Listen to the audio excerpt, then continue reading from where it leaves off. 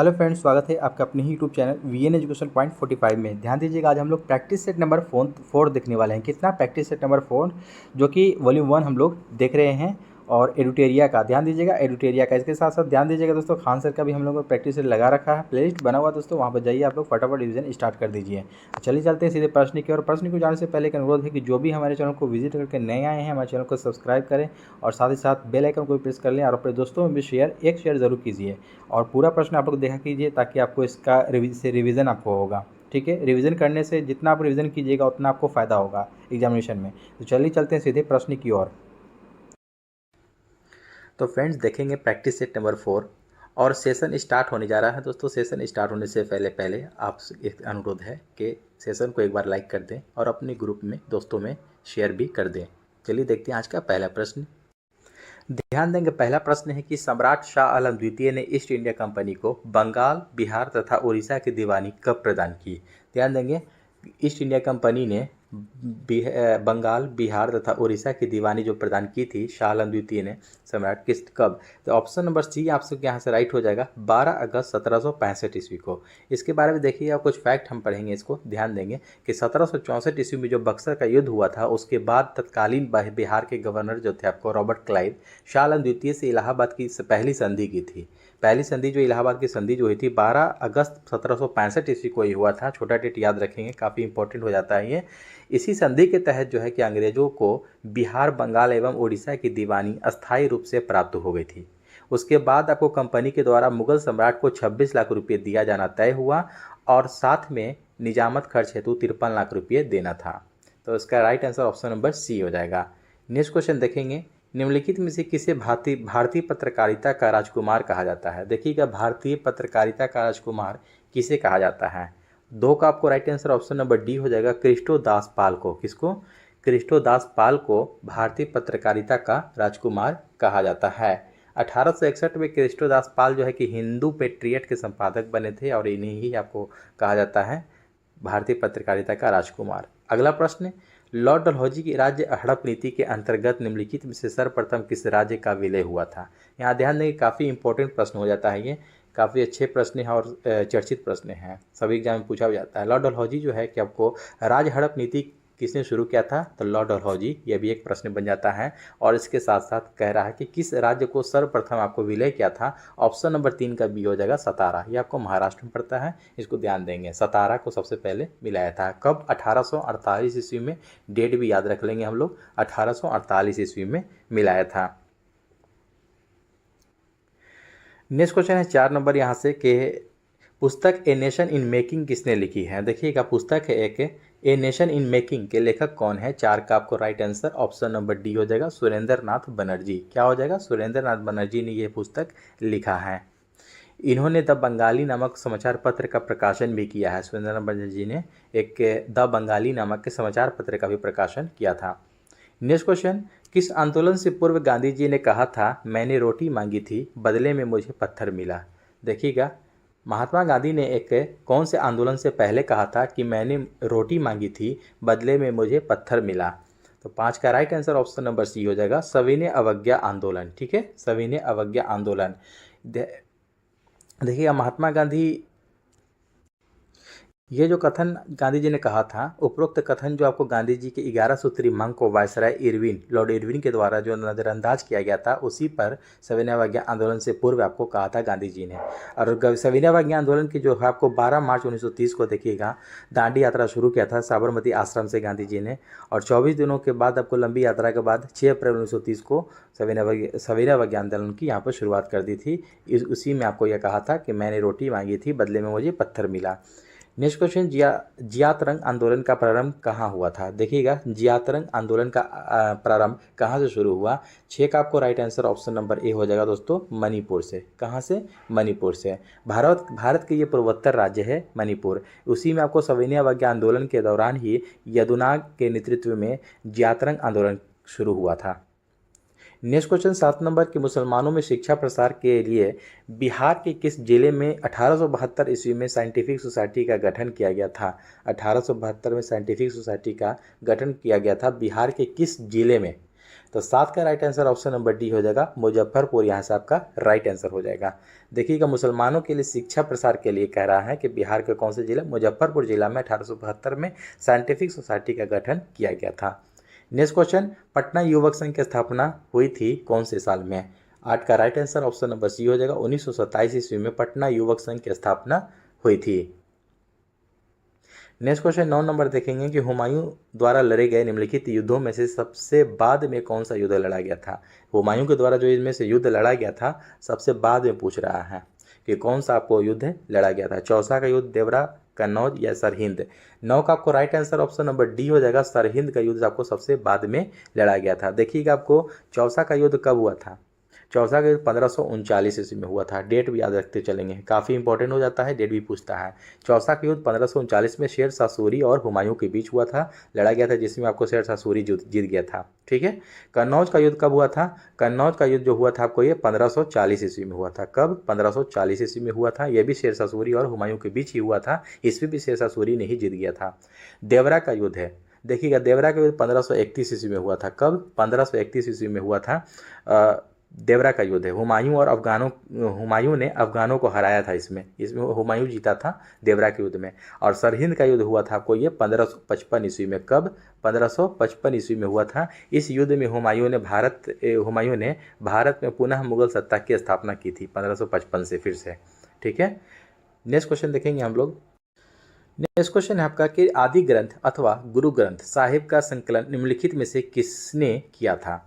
ध्यान देंगे, आदि ग्रंथ अथवा पूछ रहा है आपको गुरु ग्रंथ साहिब का संकलन निम्नलिखित में से किसने किया था? ऑप्शन नंबर डी हो जाएगा यहाँ से राइट, गुरु अर्जुन देव ने किया था। ठीक है। सिखों के ये 5वें गुरु कहलाते हैं। ठीक है, 5वें गुरु थे, गुरु अर्जुन देव ने किया था। नेक्स्ट क्वेश्चन देखेंगे हम लोग 11 नंबर के निम्नलिखित में से किस हड़प्पाई स्थल से एक उन्नत जल प्रबंधन का साक्ष्य प्राप्त हुआ है? एक उन्नत जल प्रबंधन का साक्ष्य प्राप्त हुआ है। ऑप्शन नंबर आपको यहाँ से बी आपका राइट हो जाएगा दोस्तों, धौलावीरा। ठीक है, धौलावीरा यहाँ से आपको राइट आंसर हो जाएगा। ये धौलावीरा कहाँ पड़ता है? गुजरात, याद रखेंगे कहाँ? गुजरात में। ठीक है, गुजरात में पड़ता है धौलावीरा यहाँ से। ठीक है, इससे स्पष्ट होता है कि आपको देखिएगा, धौलावीरा एक विशाल जलाशय मिला है धौलावीरा गुजरात में, जहाँ आपको 2,50,000 घन मीटर जल संग्रहण की क्षमता थी। इससे स्पष्ट होता है कि यहाँ के निवासियों को जल प्रबंधन व्यवस्था से परिचय था। देखिएगा, वहीं ध्यान देंगे, आपको ये भी पूछता है कि कौन नदी के किनारे बसा था? आलमगीरपुर आपको हिंडन नदी के किनारे बसा हुआ था, कालीबंगा आपको घग्गर नदी के किनारे, और लोथल आपको भगवा नदी के किनारे बसा हुआ था। नेक्स्ट क्वेश्चन देखेंगे 12 नंबर, निम्नलिखित में से किसने समुद्रगुप्त को भारत का नेपोलियन कहा था? देखिए, ध्यान देंगे, समुद्रगुप्त को किसने भारत का नेपोलियन कहा है? Harrison, James Prinsep, Vincent Smith या विलियम जोन्स। 12 का right answer option number C हो जाएगा, आपको विंसेंट स्मिथ ने कहा था। विंसेंट स्मिथ ने कहा था। अगला प्रश्न देखेंगे हम लोग 13 नंबर के, निम्नलिखित कथनों में कौन सा कथन असत्य है, यानी कि गलत की इसमें पहचान करना है। 13 का राइट आंसर ऑप्शन नंबर देखेंगे कि देखेंगे यहाँ पर पढ़ते हैं, बौद्ध धर्म में आत्मा की मान्यता नहीं है, ये सही है आपका। बौद्ध धर्म में पुनर्जन्म की मान्यता है, पुनर्जन्म को मानते थे लोग। बौद्ध धर्म में संघ में प्रस्ताव के पाठ को अनुशासन कहा जाता था, यह भी सही है आपका। बौद्ध धर्म में संघ की सदस्यता राजा के सेवक, चोर, दास एवं रोगी व्यक्ति को भी प्रदान की जाती थी, ये गलत है आपका। ऑप्शन नंबर 13 का डी यहाँ से राइट हो जाएगा। नेक्स्ट क्वेश्चन देखेंगे हम लोग 14 नंबर, संविधान सभा की अंतिम बैठक निम्नलिखित में से कब हुई? संविधान सभा की अंतिम बैठक पूछ रहा है कि कब हुई थी। तो 14 का आपको राइट आंसर ऑप्शन नंबर यहाँ से बी हो जाएगा, 24 जनवरी 1950 ईस्वी को। संविधान 26 जनवरी 1950 को लागू हुआ था।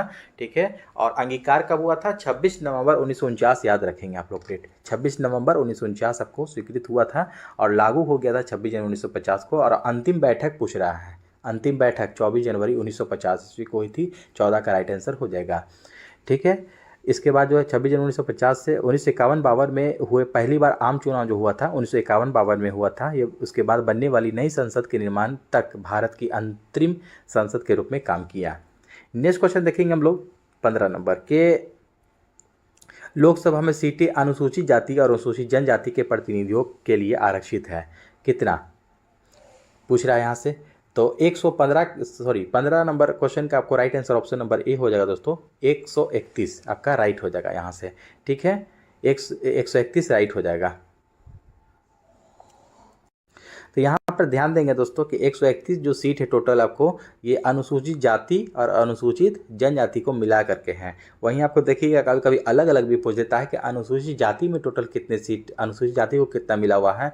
तो अनुसूचित जाति को मिला हुआ है आपको टोटल 84 सीट, कितना 84 सीट आपको ये इसका हो जाता है, और अनुसूचित जनजाति का सीट हो जाता है आपको 47 सीट, दोनों को जोड़ करके 131 हो जाता है। तो दोनों आपको याद होना चाहिए, ठीक है, याद रखना है आप लोग को। 84 एससी के लिए है, एसटी के लिए 47 सीट। लोकसभा में टोटल आपको कितना सीट होता है लोकसभा में, 545 सीट, 445, ठीक है। इसमें से नेक्स्ट क्वेश्चन, राष्ट्रीय पेंशन प्रणाली एनपीएस निधि क्षेत्र के अंतर्गत एनपीएस से जुड़ने की अधिकतम आयु निम्नलिखित में से कौन सी है। 16 का right answer option number C हो जाएगा आपको 65 वर्ष। कितनी है अधिकतम आयु, 65 साल। अगला प्रश्न, निम्नलिखित में से कौन एक पंचशील का सिद्धांत नहीं है। पंचशील का सिद्धांत नहीं के बारे में पूछ रहा है। तो 17 का ऑप्शन नंबर देखेंगे, देखिएगा सी हो जाएगा, इनमें से ये नहीं है आपको। नाभिकीय निवारण यानी कि परमाणु प्रतिरोध है, ये आपको नहीं है। तो पंचशील का पूछ रहा है, देखिएगा शांतिपूर्ण सह-अस्तित्व, क्षेत्रीय अखंडता के लिए पारस्परिक सम्मान और आंतरिक मामलों का हस्तक्षेप, ये तीनों है। नेक्स्ट क्वेश्चन देखेंगे। नेक्स्ट क्वेश्चन है आपका कि संविधान सभा के उपाध्यक्ष थे, इनमें से कौन थे। उपाध्यक्ष पूछ रहा है संविधान सभा के। 18 का आपको बी हो जाएगा, डॉक्टर एस.सी. मुखर्जी तो जो थे ये आपको उपाध्यक्ष थे, ठीक है।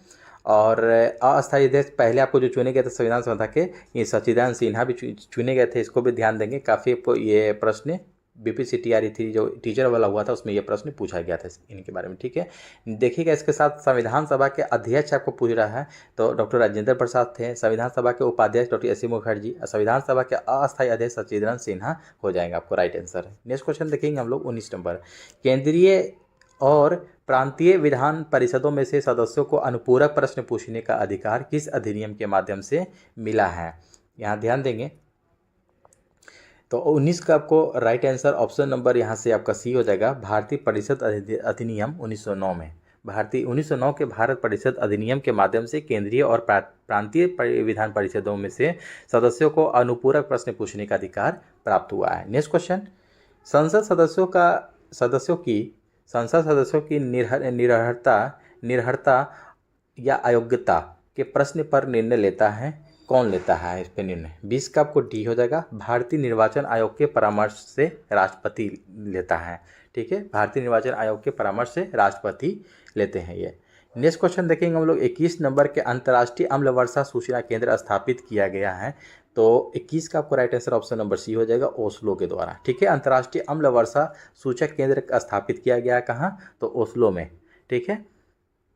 नॉर्वे की राजधानी है ये। तो देखिएगा नॉर्वे का कुल क्षेत्रफल जो है कि 3,85,252 वर्ग किलोमीटर है। इसकी जनसंख्या यहाँ की आपको 50 लाख वर्ग किलोमीटर है। नेक्स्ट क्वेश्चन देखेंगे हम लोग 22 नंबर के, भारतीय मानक समय की याम्योत्तर नहीं गुजरती है। देखिएगा भारतीय मानक समय जो है आपको याम्योत्तर रेखा कहाँ से नहीं गुजरती है, तो इसके लिए आपको याद होना चाहिए कि कहाँ कहाँ से होकर गुजरती है। तो ये आपको 5 राज्य से होकर गुजरती है। इसका मैंने ट्रिक और भी बहुत सारे सेट में मैंने बता रखा है, इसमें बता देता हूँ। उत्तर आंध्रा माही छतरी लेकर उड़ा, ठीक है। उत्तर आंध्रा माही छतरी लेकर उड़ा, इसको ट्रिक ये लिख लेंगे आप लोग, ठीक है। इस तरह से आप लोग देखिएगा, उत्तर से हो जाएगा आपको उत्तर प्रदेश, आंध्रा से हो जाएगा आंध्र प्रदेश, माही से हो जाएगा आपको मध्य प्रदेश, छतरी लेकर उड़ा यानी कि छतरी लेकर छोड़ देना है, उड़ा से उड़ीसा हो जाएगा, यानी कि छतरी से यहाँ देखिएगा छत्तीसगढ़ हो जाता है। एक 5 राज्य, एक टोटल 5 राज्य से भारतीय मानक समय होकर गुजरता है। ये आपको 82.5 डिग्री पूर्वी देशांतर पर स्थित से माना जाता है। तो इनमें से नहीं पूछ रहा है, तो कौन सा नहीं इसमें से आ रहा है। उत्तर प्रदेश आ ही जा रहा है, छत्तीसगढ़ प्रदेश भी आ जा रहा है आपको, आंध्र प्रदेश भी आ जा रहा है, लेकिन महाराष्ट्र नहीं आ रहा है। ऑप्शन नंबर 22 का आपको right answer option number C हो जाएगा। इस ट्रिक को आप लोग लिख लेंगे। नेक्स्ट क्वेश्चन है, कौन सा भारतीय राज्य की अधिकतम सीमा म्यांमार से स्पर्श करता है। देखिएगा कौन सा भारतीय राज्य की अधिकतम सीमा जो है कि म्यांमार से स्पर्श करता है। तो 23 का आपको right answer option number B हो जाएगा, अरुणाचल प्रदेश आपको स्पर्श करता है सबसे ज़्यादा। नेक्स्ट क्वेश्चन है, वहीं देखिएगा अरुणाचल प्रदेश का आपको स्थापना कब हुआ था, 1987 ईस्वी में। 20 फरवरी 1987 को इस राज्य को पूर्ण राज्य का दर्जा दिया गया था। वहीं देखेंगे हम लोग, देखिएगा नागालैंड को 1966 में मिला था, ठीक है। मणिपुर 1972 में इसको मिला था। मिजोरम भी 1987 ही है, इसको याद रखेंगे। नेक्स्ट क्वेश्चन है 24 नंबर, निम्नलिखित में से दक्षिण भारत की सबसे ऊंची चोटी कौन सी है? दक्षिण भारत की सबसे ऊंची चोटी आपको 24 का एक हो जाएगा अन्यमोदी, ठीक है। इसकी ऊंचाई कितनी है? 2696, ठीक है, 2696 मीटर या 2695 भी दे देता है, जो देगा आपको उसमें से मानना है। दोदा बेटा की ऊंचाई कितनी है? 2637, ठीक है, 2637 मीटर है इसकी ऊंचाई। नेक्स्ट क्वेश्चन देखेंगे हम लोग, मंदाकिनी नदी किस जल प्रवाह अथवा मुख्य नदी से संबंधित है? मंदाकिनी नदी, तो 25 का आपको right answer option number A हो जाएगा, अलकनंदा से। मंदाकिनी नदी जो है किस जल प्रवाह अथवा मुख्य नदी से संबंधित है? तो अलकनंदा से संबंधित है। नेक्स्ट क्वेश्चन आपका कि निम्नलिखित में से कौन सा जलप्रपात नर्मदा नदी पर नहीं है? देखिएगा कौन सा जलप्रपात है जो आपको नर्मदा नदी पे पूछ रहा है कि नहीं है, तो ऑप्शन नंबर बी यहाँ से आपका राइट हो जाएगा, भालकुंड। कौन सा हो जाएगा? भालकुंड। भालकुंड जो है कि आपको ये जलप्रपात है बीना नदी पर है। कौन सी है नदी पर है? बीना, ठीक है, बीना नदी पर स्थित है आपको भालकुंड। नेक्स्ट क्वेश्चन देखेंगे हम लोग। नेक्स्ट क्वेश्चन है आपका, कौन सा राज्य है राज्य समूह भाखरा नंगल परियोजना से जल प्राप्त करता है? तो ऑप्शन नंबर यहाँ से आपको सी राइट हो जाएगा, हरियाणा, पंजाब तथा राजस्थान। ये जो है कि आपको हरियाणा, पंजाब, राजस्थान जो है ये समूह भाखरा नंगल परिषद से जल प्राप्त करता है और यह भारत की सबसे बड़ी नदी घाटी परियोजनाओं में से एक है। ये आपको कौन सी नदी पर बना हुआ है? भाखरा नंगल बांध सतलज नदी पर है, इसको याद रखना है, सतलज नदी पर। नेक्स्ट क्वेश्चन देखेंगे हम लोग, भारत में आर्थिक उदारीकरण शुरू हुआ तो कब किससे शुरू हुआ? देखिएगा ध्यान देंगे, 28 का ऑप्शन नंबर यहाँ से आपका राइट ए हो जाएगा, औद्योगिक लाइसेंस नीति में वास्तविक बदलाव के साथ आपको शुरू हुआ भारत में आर्थिक उदारीकरण। अगला प्रश्न देखेंगे हम लोग यहाँ से कि नीचे दिए गए क्रेडिट रेटिंग एजेंसीज पर विचार कीजिए तथा उन्हें कालक्रमानुसार व्यवस्थित कीजिए। यहाँ से देखिएगा 29 का हम लोग यहाँ से राइट आंसर निकालेंगे, क्या हो जाएगा देखेंगे तो CARE, फिर ICRA, फिर क्रिसिल है, तो ये कब का हुआ? देखिएगा CARE जो होता है 1993 में इसकी स्थापना हुई। कब? 1993 हो जाएगा इसका। और ICRA 1991 और क्रिसिल के स्थापना 1987 ईस्वी में, 1987 में। तो इस प्रकार आपको कौन सा पहले आ रहा है? तो 1991 में आ रहा है 2 नंबर, तो इसका राइट आंसर ऑप्शन नंबर देखिएगा, नहीं सॉरी 1987 पहले आ जाएगा, तो ऑप्शन नंबर 3 हो जाएगा, ऑप्शन नंबर 3 इसमें, ऑप्शन नंबर ए यहाँ से राइट हो जाएगा, 3 2 1, ठीक है, 3 2 1।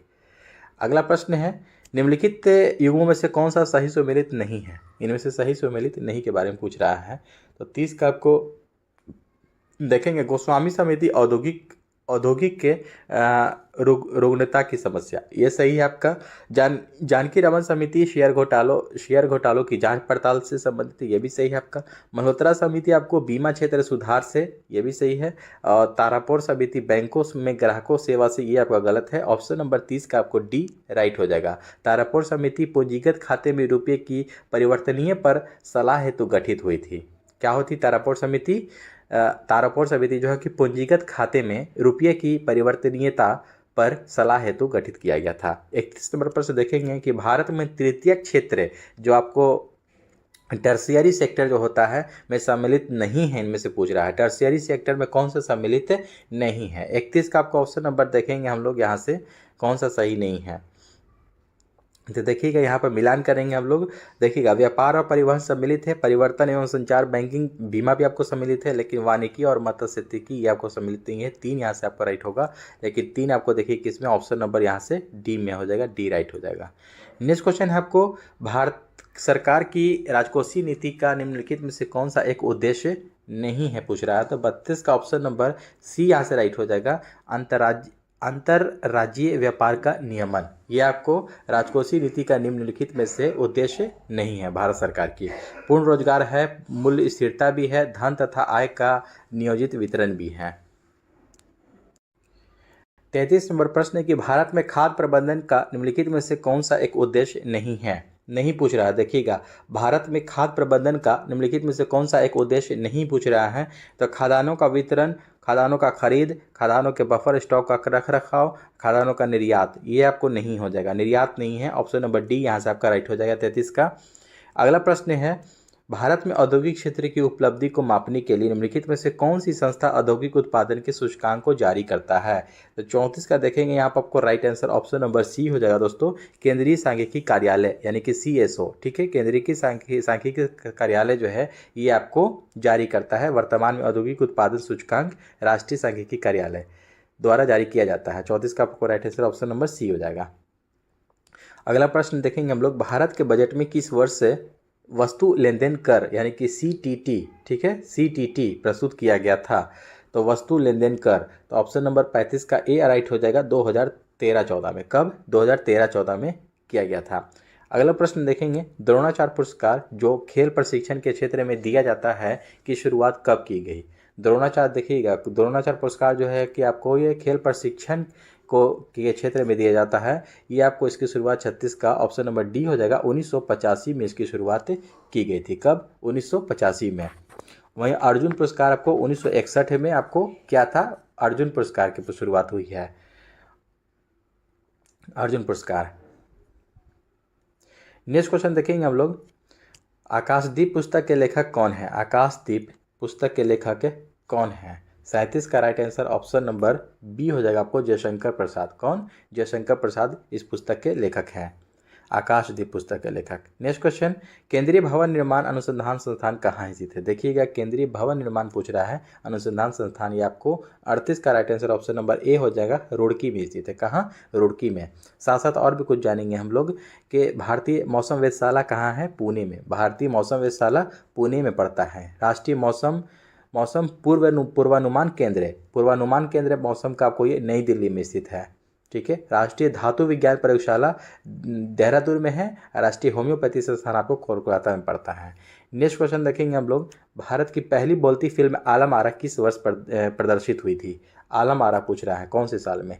39 का right answer option number C हो जाएगा, 31। ठीक है, 1931 ईस्वी में ये हुआ था। भारत की पहली बोलती फिल्म जो आलम आरा थी उसे 1931 ईस्वी में प्रदर्शित किया गया था। इसके निर्माता कौन थे?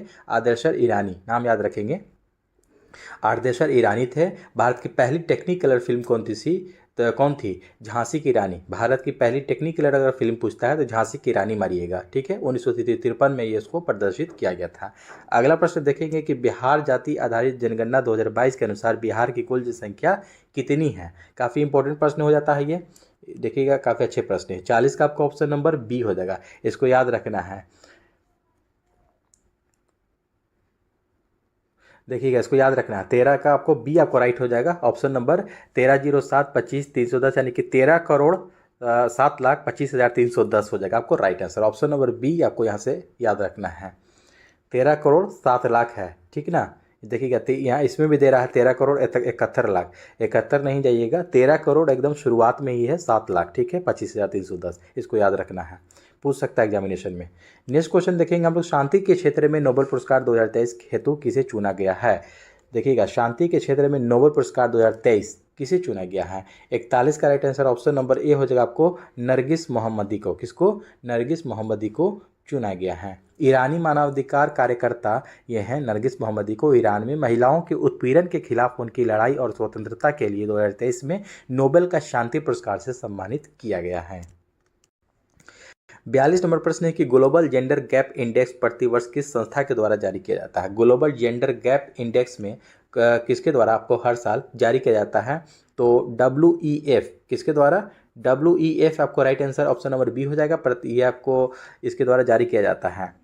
इसमें आपको भारत का स्थान कौन सा है इसको भी याद रखेंगे, तो 127वां स्थान है। कितना? 127वां स्थान भारत का है। जबकि पहले तथा अंतिम क्रम से आपको कौन से देश हैं? पहले नंबर पे आपको आयरलैंड आता है इसमें, ग्लोबल जेंडर गैप में आयरलैंड, और अंतिम आपको सबसे पहले अफगानिस्तान हो जाता है, और अपने भारत का स्थान है 127वां, याद रखिएगा।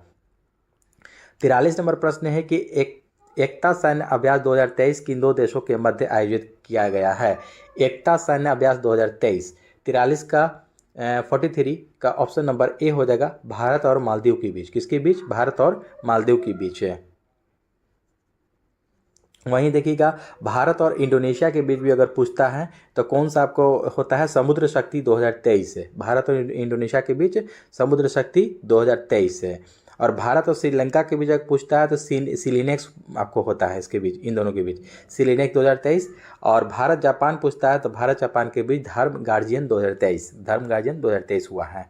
इसको ध्यान में रखेंगे चारों को। नेक्स्ट क्वेश्चन, विश्व तंबाकू निषेध दिवस 2023 का थीम क्या है? थीम यानी कि विषय विश्व तंबाकू निषेध दिवस का पूछ रहा है। 44 का आपको right answer option number A हो जाएगा, ग्रो फूड नॉट टोबैको। ठीक है, ग्रो फूड नॉट टोबैको, ये आपको थीम है 2023 में विश्व तंबाकू निषेध दिवस का। इसको ध्यान रखेंगे। ये कब मनाया जाता है, कौन से डेट को? 31 मई, डेट भी याद रखिएगा, 31 मई को मनाया जाता है, 31 मई। ठीक है, नेक्स्ट क्वेश्चन देखेंगे हम लोग। अर्जुन पुरस्कार 2023 से सम्मानित साक्षी कुमारी का संबंध किस खेल से है? देखिएगा, साक्षी कुमारी के बारे में पूछ रहा है कि अर्जुन पुरस्कार 2023 से ये सम्मानित हो चुकी हैं। 45 का ऑप्शन नंबर बी हो जाएगा, ये कबड्डी खेलती हैं। क्या खेलती हैं? 45 का बी हो जाएगा, कबड्डी खेलती हैं। नेक्स्ट क्वेश्चन, 19वां G20 सम्मेलन का आयोजन कहाँ किया जाएगा? 19वां G20 का सम्मेलन कहाँ किया जाएगा? 46 का right answer option number B हो जाएगा, ये ब्राज़ील में होगा। इसको ध्यान में रखना हम लोग को। ठीक है, 18वां G20 शिखर सम्मेलन 2023 का आयोजन भारत में किया गया था। यह 18वां जो हुआ था G20। ठीक है, और 19वां जो आपको किया जाएगा G20 शिखर सम्मेलन का आयोजन, ये ब्राज़ील में किया जाएगा, अगला वाला। ठीक है, भारत के बाद ये ब्राज़ील जाएगा, इसको ध्यान में रखना है।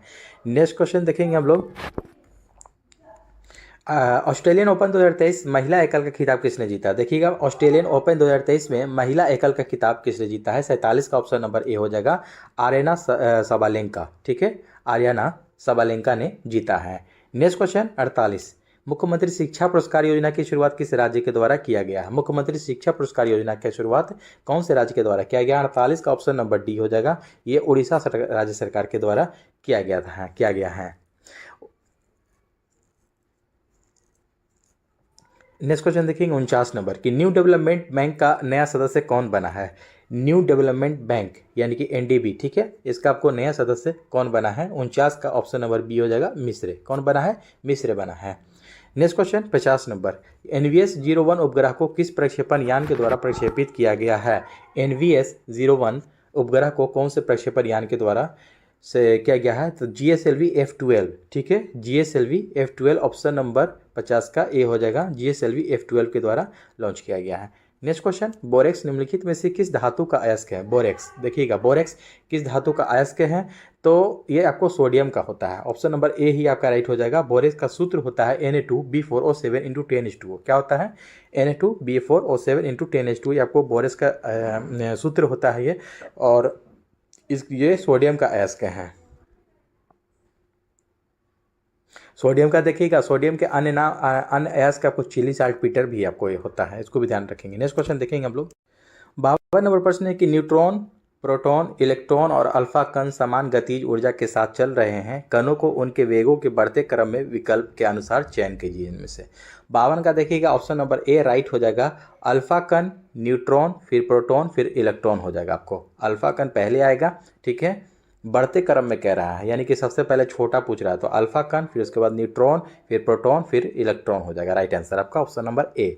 नेक्स्ट क्वेश्चन, श्यानता का गुणांक पाया जाता है। श्यानता का गुण जो पाया जाता है 53 का आपको right answer option number C हो जाएगा। द्रव और गैस दोनों में पाया जाता है, ठोस में आपको नहीं पाया जाता है। श्यानता का जो गुण है ठोस में नहीं पाया जाता है, द्रव और गैस दोनों में पाया जाता है। नेक्स्ट क्वेश्चन देखेंगे हम लोग 54 नंबर के, लाल रक्त कण जो होता है RBC का जीवन काल कितने दिनों का होता है? काफ़ी अच्छे प्रश्न है और इजी भी प्रश्न है। 54 का आपको right answer option number C हो जाएगा, 20 से 120 दिन होता है इसका कार्यकाल। नेक्स्ट क्वेश्चन, जीवन काल। नेक्स्ट क्वेश्चन, ऑटो वाहनों में हाइड्रोलिक ब्रेक कार्य करते हैं। हाइड्रोलिक ब्रेक जो ऑटो वाहन में कार्य करते हैं, तो ऑप्शन नंबर ए हो जाएगा, पास्कल के सिद्धांत के अनुसार। किसके? पास्कल के सिद्धांत के अनुसार। अगला प्रश्न 56 नंबर, निम्नलिखित में से कौन एक अदिश राशि है? अदिश राशि इनमें से कौन सा है? 56 का ऑप्शन नंबर सी हो जाएगा, द्रव्यमान इनमें से अदिश राशि है, यानी कि स्केलर क्वांटिटी है। संवेग, वेग और कोणीय संवेग ये सब आपको सदिश राशि है, वेक्टर क्वांटिटी। नेक्स्ट क्वेश्चन देखेंगे 57 नंबर, निम्नलिखित में से किसके कारण पृथ्वी सूर्य के चारों ओर चक्कर लगाती है? देखिएगा, काफ़ी अच्छे प्रश्न है। पृथ्वी जो सूर्य के चारों ओर चक्कर लगाती है, किस गुण के कारण लगाती है? तो 57 का बी हो जाएगा, ये परिक्रमण। ठीक है, किसके कारण? परिक्रमण के कारण ये को चक्कर लगाती है। नेक्स्ट क्वेश्चन देखेंगे, सुमेलित करना है। यहाँ पर सूची 1 दिया हुआ है, सूची 2 दे रखा है। इनमें से 58 का आपको सुमेलित करना है यहाँ से, तो क्या हो जाएगा देखिएगा। जी मार्कोनी ने किस चीज़ का आविष्कार किया? जी मार्कोनी ने किसका? आपको जी मार्कोनी ने आपको रेडियो का आविष्कार किया। जे एल बेयर्ड ने टेलीविज़न का ही आविष्कार किया था, सामने सामने दे रखा है शायद। अलेक्जेंडर ग्राहम बेल आपको सही है, अलेक्जेंडर ग्राहम बेल आपको टेलीफोन का ही आविष्कार किया था, और थॉमस एल्वा एडिसन ग्रामोफोन का। यानी कि 1 2 3 4 आपको लाइन से सही हो जाएगा। 58 का राइट आंसर ऑप्शन नंबर यहाँ से ए आपका राइट हो जाएगा। 1 2 3 4। नेक्स्ट क्वेश्चन देखेंगे हम लोग। हाइड्रोजन गैस भरा गुब्बारा क्या होता है? हाइड्रोजन गैस से भरा आपको गुब्बारा 59 का ऑप्शन नंबर बी हो जाएगा। हवा में केवल गुब्बारा तभी ऊपर उठता है जब उसका कुल भार विस्थापित वायु के भार से बहुत कम हो। राइट आंसर ऑप्शन नंबर यहाँ से आपका बी हो जाएगा।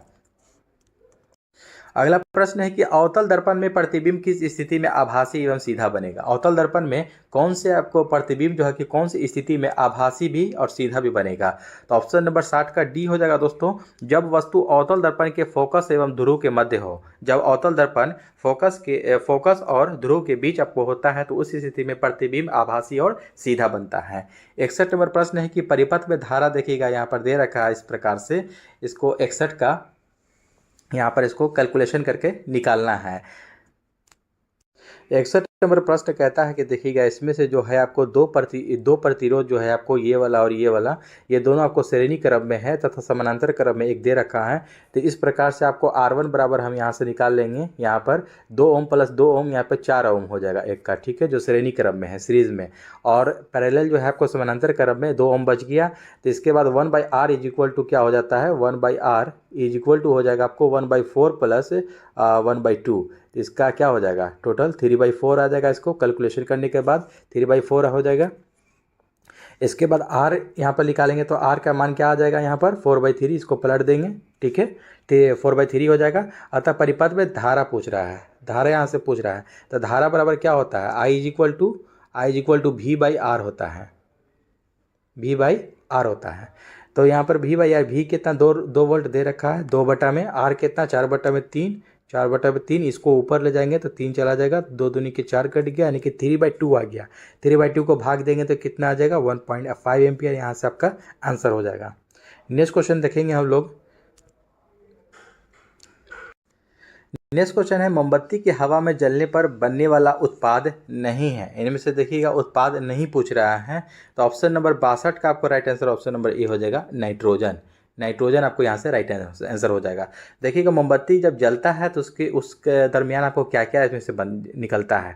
मोमबत्ती जब जलेगा तो आपको carbon monoxide CO, carbon dioxide CO2 और कार्बन कालिक के रूप में उष्मा ऊर्जा, प्रकाश ऊर्जा आदि निकलते हैं। नाइट्रोजन नहीं निकलता। ऑप्शन नंबर ए राइट हो जाएगा। नेक्स्ट क्वेश्चन, दांतों के इनेमल जो होता है इनमें कैल्शियम फॉस्फेट मौजूद होता है, जिसकी प्रकृति क्या होती है? 63 का ऑप्शन नंबर ए हो जाएगा, ये क्षारीय होती है। इसकी प्रकृति क्या होती है? क्षारीय होती है। नेक्स्ट क्वेश्चन है आपको कि निम्नलिखित कथनों में कौन सा सही है? इनमें से पूछ रहा है कि सभी धातु तन्य हैं। देखिएगा 64 नंबर कहता है कि इनमें से कौन सा सही के बारे में पूछ रहा है कि कौन सा सत्य है। तो सभी धातु आपको तन्य है? नहीं, ऐसा नहीं है, ये सही नहीं होगा। सभी अधातुएं तन्य होती हैं, ये भी नहीं होगा। आपको सामान्यतः धातुएं तन्य होती हैं, ये आपको राइट हो जाएगा। ऑप्शन नंबर सी आपको यहाँ से राइट हो जाएगा। कुछ धातुएं तन्य हैं, ये भी नहीं। ऑप्शन नंबर सी यहाँ से आपका राइट हो जाएगा। सभी सामान्यतः धातुएं तन्य होती हैं। 64 का सी आपको राइट हो जाएगा। नेक्स्ट क्वेश्चन देखेंगे हम लोग, कोशिका का निम्नलिखित में से कौन सा भाग निर्जीव है? कोशिका का निम्नलिखित में से कौन सा भाग है जो कि निर्जीव है? 65 का ऑप्शन नंबर यहाँ से आपको राइट हो जाएगा, बी। क्या हो जाएगा? रेक्तिका, यानी कि रेक्तिका आपको राइट आंसर हो जाएगा। नेक्स्ट क्वेश्चन देखेंगे, निम्नलिखित में से किसे कोशिका के कोशिका द्रव्य का भाग नहीं माना जाता है? कोशिका द्रव्य का भाग नहीं माना जाता है। 66 का ऑप्शन नंबर बी हो जाएगा, नाभिक को। ठीक है, नाभिक को कोशिका द्रव्य का भाग नहीं माना जाता है। नेक्स्ट क्वेश्चन देखेंगे हम लोग, धमनी यानी कि आर्टरी और शिरा यानी कि वेन में रक्त का पीएच मान क्या होता है? धमनी और शिरा में पूछ रहा है कि रक्त का पीएच मान, ब्लड का पीएच मान कितना होता है? 67 का सी हो जाएगा। शिरा में अधिक होता है और धमनी में कम होता है रक्त का पीएच मान, ब्लड का पीएच मान। 68 नंबर प्रश्न है कि निम्नलिखित में से कौन सी वास्तविक रूप से मछली है? इनमें से पूछ रहा है कि वास्तविक रूप से इनमें से कौन सा मछली है? स्टारफिश, जेलीफिश, डॉगफिश या समुद्री घोड़ा? 68 का राइट आंसर ऑप्शन नंबर देखिएगा डी हो जाएगा। समुद्री घोड़ा जो होता है ना, सी हॉर्स, ये आपको मछली होता है। देखिए, यह सब आपको मछली नहीं है ये तीनों। ठीक है, अगला प्रश्न है, जंपिंग जीन के सिद्धांत का प्रतिपादन किसने दिया था? जंपिंग जीन के सिद्धांत का प्रतिपादन किसने किया था? उत्तर का सी हो जाएगा बारबरा मैकलिंटॉक। ठीक है, मैकलिंटॉक ने दिया था, बारबरा मैकलिंटॉक ने जंपिंग जीन के सिद्धांत का प्रतिपादन किया था। आनुवंशिकता की खोज वहीं आपको पूछ देगा, तो ये आपको ग्रेगर जोहान मेंडल ने किया था, इसको भी याद रखेंगे साथ साथ। नेक्स्ट क्वेश्चन देखेंगे हम लोग 70 नंबर, यहाँ से कि शरीर में पाए जाने वाले, मानव शरीर में पाए जाने वाले तत्व मात्रा अनुसार का सही क्रम कौन सा हो जाएगा? आपको 70 का आपको राइट आंसर ऑप्शन नंबर देखिएगा, यहाँ से 70 का ए हो जाएगा ऑक्सीजन, फिर कार्बन, फिर जाकर के हाइड्रोजन, फिर नाइट्रोजन, फिर कैल्शियम, इस प्रकार से होता है। देखिएगा आपको ये पूछता भी, परसेंटेज भी कभी कभी पूछ देता है कि हमारे शरीर में ऑक्सीजन का परसेंट कितना होता है।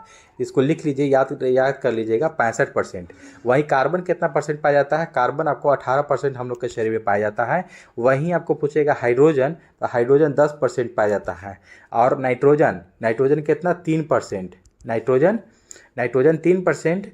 और कैल्शियम वगैरह ये सब कम मात्रा में पाया जाता है, ये आपको 1.4%, इस प्रकार से हो जाता है, धीरे धीरे करके सब कम हो जाता है। तो ये याद रखना है। ज़्यादातर ये तीन तो ज़्यादा इंपॉर्टेंट है, ऑक्सीजन, कार्बन और हाइड्रोजन, ये सब पूछता है। 65% ऑक्सीजन, 18% कार्बन और हाइड्रोजन 10%। तो ये आपका right answer option number A हो जाएगा। नेक्स्ट क्वेश्चन देखेंगे हम लोग यहाँ से 71 नंबर, कि निम्नलिखित में से कौन सा युग्म पादप हार्मोन के संबंध में सही सुमेलित नहीं है, पूछ रहा है। 71 का ऑप्शन नंबर ए हो जाएगा ऑक्सिन, फल पकाने वाला। ये आपको गलत हो जाएगा, पहला ही ऑप्शन नंबर 71 का ए हो जाएगा। ऑक्सिन जो है कि आपको ये वृद्धि वर्धक पत्तियों का विगलन रोकना, खरपतवार को नष्ट करना, ये सब ऑक्सिन का काम है। ठीक है, फल पकाने वाला हार्मोन नहीं है ऑक्सिन। ठीक है, नेक्स्ट क्वेश्चन देखेंगे हम लोग, रासायनिक परिवर्तन में शामिल है कौन सा शामिल है इनमें? 72 का ऑप्शन नंबर सी हो जाएगा अवशोषण या ऊर्जा की मुक्ति। अवशोषण या ऊर्जा की जो मुक्ति है ये रासायनिक परिवर्तन में शामिल है। नेक्स्ट क्वेश्चन देखेंगे 73 नंबर, की जल एक मिश्रण है, rust is a mixture of किसका?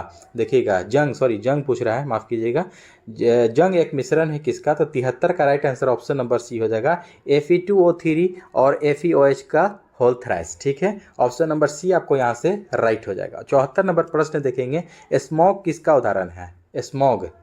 ठीक है, 74 का ऑप्शन नंबर यहाँ से डी हो जाएगा, हवा में बिखरा हुआ धुआं और पानी। हवा में जो बिखरा हुआ धुआं और पानी होता है, स्मॉग उसी का उदाहरण है। अगला प्रश्न 75 नंबर और इससे का अंतिम प्रश्न है कि इनमें से कौन सा विद्युत का सर्वोत्तम चालक है? देखिएगा, विद्युत का सर्वोत्तम चालक इनमें से कौन सा हो जाएगा? साधारण जल, उबला हुआ जल, समुद्री जल या आश्रित जल? 75 का right answer option number C हो जाएगा, ये समुद्री जल। क्यों? क्योंकि इसमें नमक की मात्रा होती है। समुद्री जल में विभिन्न प्रकार के लवण घुले रहते हैं जो विद्युत को प्रवाहित करने में धनायन और ऋणायन में टूटकर विद्युत प्रवाह में मदद करते हैं। इसलिए आपको सबसे अच्छा ये आपको हो जाएगा इसमें से समुद्री जल विद्युत का सर्वोत्तम चालक। तो दोस्तों आई होप कि आज का भी सेशन अच्छा लगा हो तो हमारे चैनल को सब्सक्राइब करें और अपने दोस्तों में ग्रुप में जरूर शेयर करें। तो मिलते हैं एक और नेक्स्ट सेट में। जय हिंद।